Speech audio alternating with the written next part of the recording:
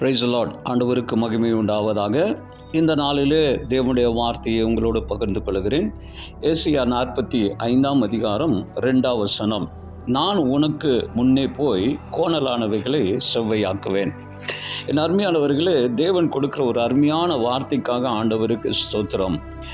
கிறிஸ்தவ வாழ்க்கை என்பது ஸ்டெடியான நேரான வாழ்க்கை அல்லவே அல்ல. அநேக நேரங்களில் நம்முடைய வாழ்க்கை என்பது கொஞ்சம் மேடு பள்ளங்களும், கொஞ்சம் கோணலானவைகளும், கொஞ்சம் கரடு முரடுமான ஒரு வாழ்க்கை. ஆனால் கர்த்தருடைய வார்த்தை ஒருபோதும் பொய் சொல்லுவதில்லை. கர்த்தருடைய வார்த்தை சொல்லுகிறது, இந்த கோணலான வாழ்க்கையை, வழியை கர்த்தர் நமக்கு செவ்வைப்படுத்துகிறவராக இருக்கிறார்.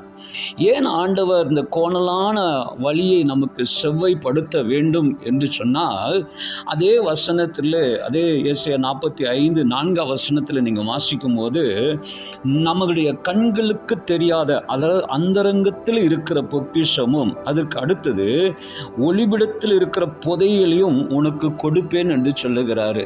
நிறைய காரியங்களை நம்மளாலே தெரிந்து கொள்ள முடியவில்லை, நிறைய காரியங்களை நம்மளாலே பார்க்க முடியவில்லை. எதெல்லாம் தெரியாததோ, எதையெல்லாம் நாம் பார்க்கலையோ, அதையெல்லாம் நாம் பெற்றுக்கொள்வதற்காக தான் கர்த்தர் நம்முடைய பாதையை செவ்வைப்படுத்துகிறவராக இருக்கிறார்.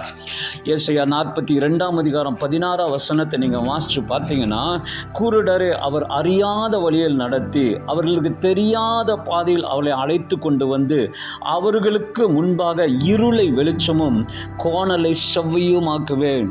இதுவரைக்கும் இந்த வருஷத்தில் தொடங்கி 10 நாட்கள் கழிந்து விட்டது. இதுவரைக்கும் ஒருவேளை உங்களுடைய வாழ்க்கையில் தெரியாத ஒரு சூழ்நிலை இருக்கும் என்றால், புரியாத காரியங்கள் உங்களுக்கு இருக்கும் என்றால், பல வருஷங்களாக, போன வருஷமெல்லாம் நான் ஜெபித்தேன், எனக்கு எதுவுமே நடக்கலை, இன்னமும் என் வழிகளில் ஏன் தடைகள், ஏன் எனக்கு பிரச்சனைகள் என்று பலவிதமான கேள்விகளோடு இந்த காலவெளியில் இந்த செய்தியை நீங்கள் கேட்பீர்கள் என்றால், உங்களுக்கு நேராகத்தான் இந்த வார்த்தை தீர்க்க தரிசனமாய் வருகிறது. உங்கள் கோணலான வழிகளை கர்த்தர் செவ்வையாக்குவாராக. உங்கள் கோணலான வழிகளை கர்த்தர் நேராக்குவாராக. இது நிமித்தமாக இதுவரைக்கும் நீங்கள் பார்க்காத ஒரு ஆசீர்வாதத்தை, இதுவரைக்கும் நீங்கள் பெற்றிராத ஒரு மகிமையை இந்த நாளிலும் இந்த வாரத்திலும் நீங்கள் பெற்றுக்கொள்ள கர்த்தர் உங்களுக்கு உதவி செய்கிறவராக இருக்கிறார். கர்த்தருக்கே ஸ்தோத்திரம் உண்டாவதாக. கிதியோன் ஜெபிப்பது போல, ஆண்டவரே நீர் எங்களோடு கூட இருந்தால் இதெல்லாம் ஏன் நடக்கும்னு கேட்டபோது ஆண்டவர் சொல்லுகிறார், நான் உங்களோடு கூட இருக்கிறேன், நீ போக வேண்டிய இடத்துக்கு உன் இருக்கிற பலத்தோடு போ, நான் உன்னை நடத்துவேன் என்று சொன்னார்.